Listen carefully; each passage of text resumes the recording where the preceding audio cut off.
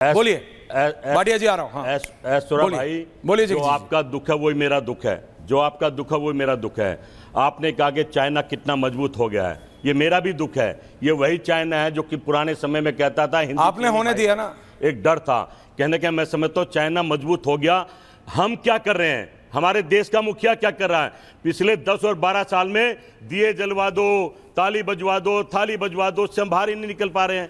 कहना कर हम भारत को आगे ले जाने की इच्छा शक्ति नहीं रखते हैं।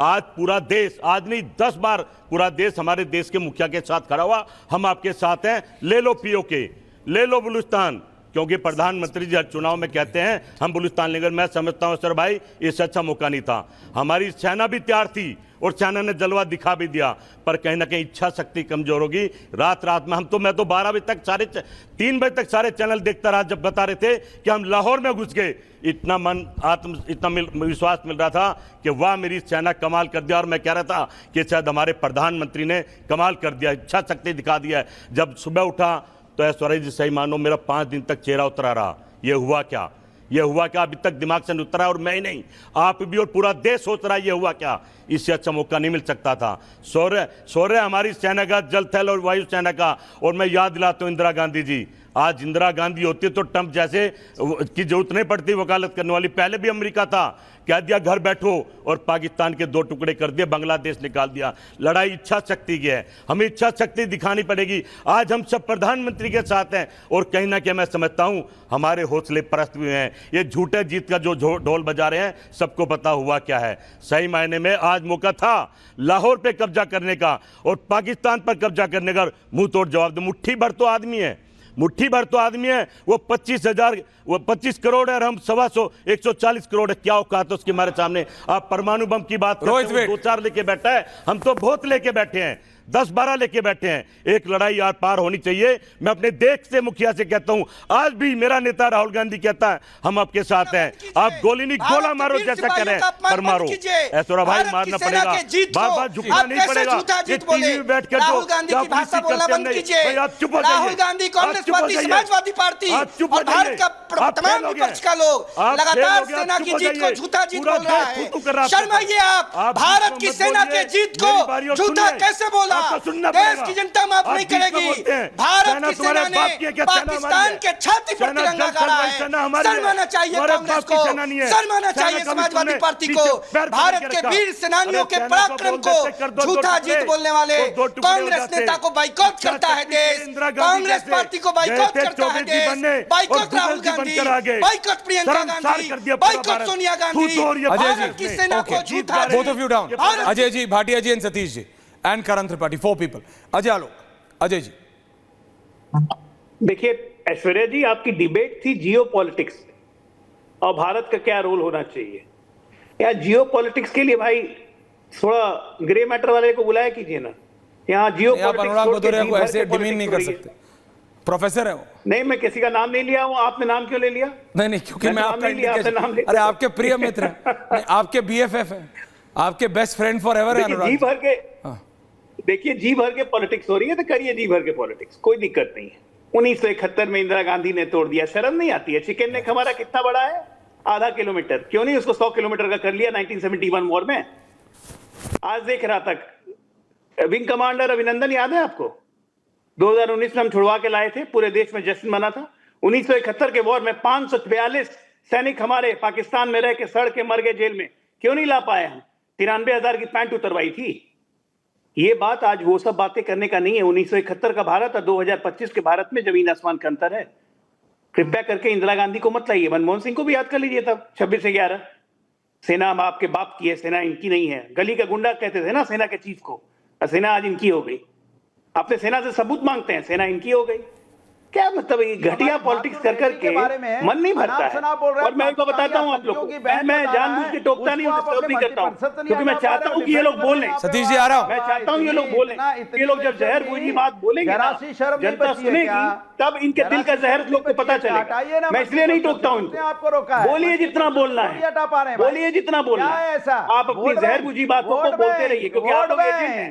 वोट बैंक, जॉर्ज सोरोस के यहाँ वोट बैठे हुए बैंक, एजेंट हैं देश आप से बड़ा वोट बैंक हो लोग, गया। इन्होंने एक ही सुपारी उठा रखी है कि भारत को कमजोर कैसे करना करना। इस्तेमाल किया है। अरे यार क्यों एक बात करते के लाइन से एक ही लगाते रहते हो, कोई नहीं अगला तो लाओ। आपके मंत्री तुर्की के बारे में क्या कहना है भदौरिया? तुर्की दोस्त है कि दुश्मन है? सिंदूर ऑपरेशन में अनुराग भदौरिया शहीद हो गया, उन्हें पता ही नहीं तुर्की में कांग्रेस पार्टी का दफ्तर क्यों खुला 2019 में? ये कौन लोग हैं? ये नया भारत समाजवादी पार्टी का भी खुल गया क्या? जिनको पता ही नहीं चलता ऐश्वर्या जरा पूछिए शहीद हो गया देश का। तुर्की में 2019 में कांग्रेस का दफ्तर क्यों खुला? नहीं, ये चेक करना पड़ेगा कि समाजवादी पार्टी के कौन से नेता पिछली बार इस्तांबुल गए थे।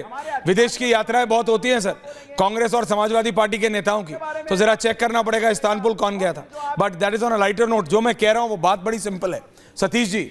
नहीं अनुराग जी आप बात समझिए। सतीश जी देखिए, दुनिया में दो ध्रुव बन रहा है, एक अमेरिका बना रहा है, एक चाइना बना रहा है।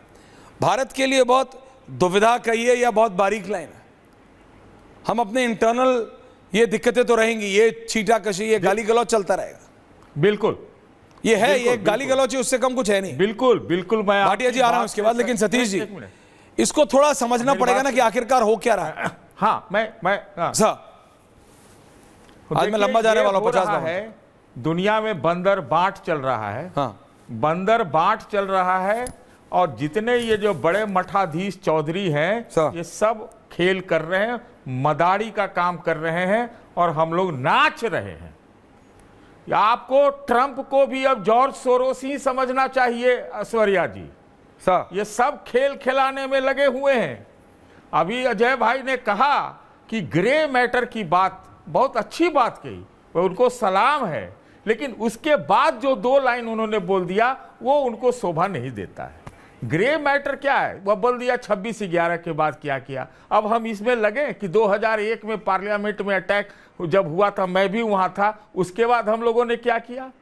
नीति रणनीति में देश को एक होना होता है। आज संकट की घड़ी, आप सही कह रहे हैं कि हमारे साथ कौन है भाई? अब की बार ट्रंप सरकार, ये तो 6 दिन में 46 बयान देता है, कैसे भरोसा करे भाई? और सर पे खतरा आके बैठा हुआ है। आज भी सरकार ने 50,000 करोड़ रुपया डिफेंस को दिया है। यही तरीका है कि अपने आप में भरोसा करो, क्योंकि मेरा ऐसा मानना है कि पाकिस्तान की 10 उंगली घी में है, लेकिन उसका सर भारत के कड़ाही में। आप ध्यान से सुनिए, मैंने जो कहा है कि 10 उंगली उसके घी में है। उस साले क्या कहते हैं उसको, IMF से 2 पैसा मिल जाएगा, और वो जो है हाइफेनेट हो जाएगा भारत के साथ। जो आतंक का फैक्ट्री चलाता हो, ये अमेरिका वाले जब उनको पड़ा था तो इंटरनेशनल अलायंस बना रहे थे टेररिज्म के खिलाफ। ओसामा बिन लादेन को पाकिस्तान से पकड़ के ला रहे थे। आज उनको टेरर नहीं सूझ रहा है क्या? आप देखिए तुर्की जो है आपका, मैं इतिहास पढ़ा हूं, इतिहास वाला हूं। 1000 साल में अगर सबसे खतरनाक दुनिया का देश रहा है तो वो तुर्की रहा है, जिसने आधा ईसाइयों को खत्म करके 99% वहां कट्टर इस्लाम बनाया। ये सब आप लोग जानते होंगे। ये 1000 ईस्वी से 1923 तक चला है। भाटिया जी आ रहा हूं। खतरे से जूझ रहे हैं। हमारा दोस्त कहा है, आज रशिया ने क्या बयान दिया आपने पढ़ा है? उसने ये कहा है कि पश्चिम वाले हमारे एरिया में, मतलब एशिया पैसिफिक में, ये मदारी जैसा नाच नचवा रहे हैं। बहुत सीरियस है, बेहद सीरियस स्थिति में है। और ये सब देश के जो अंदर के जो मदारी लोग हैं, बकवास करते हैं, ये दलगत राजनीति में दलदल में घुसे। भाटिया जी आप ग्रे मैटर की सही में भाटिया जी जाए।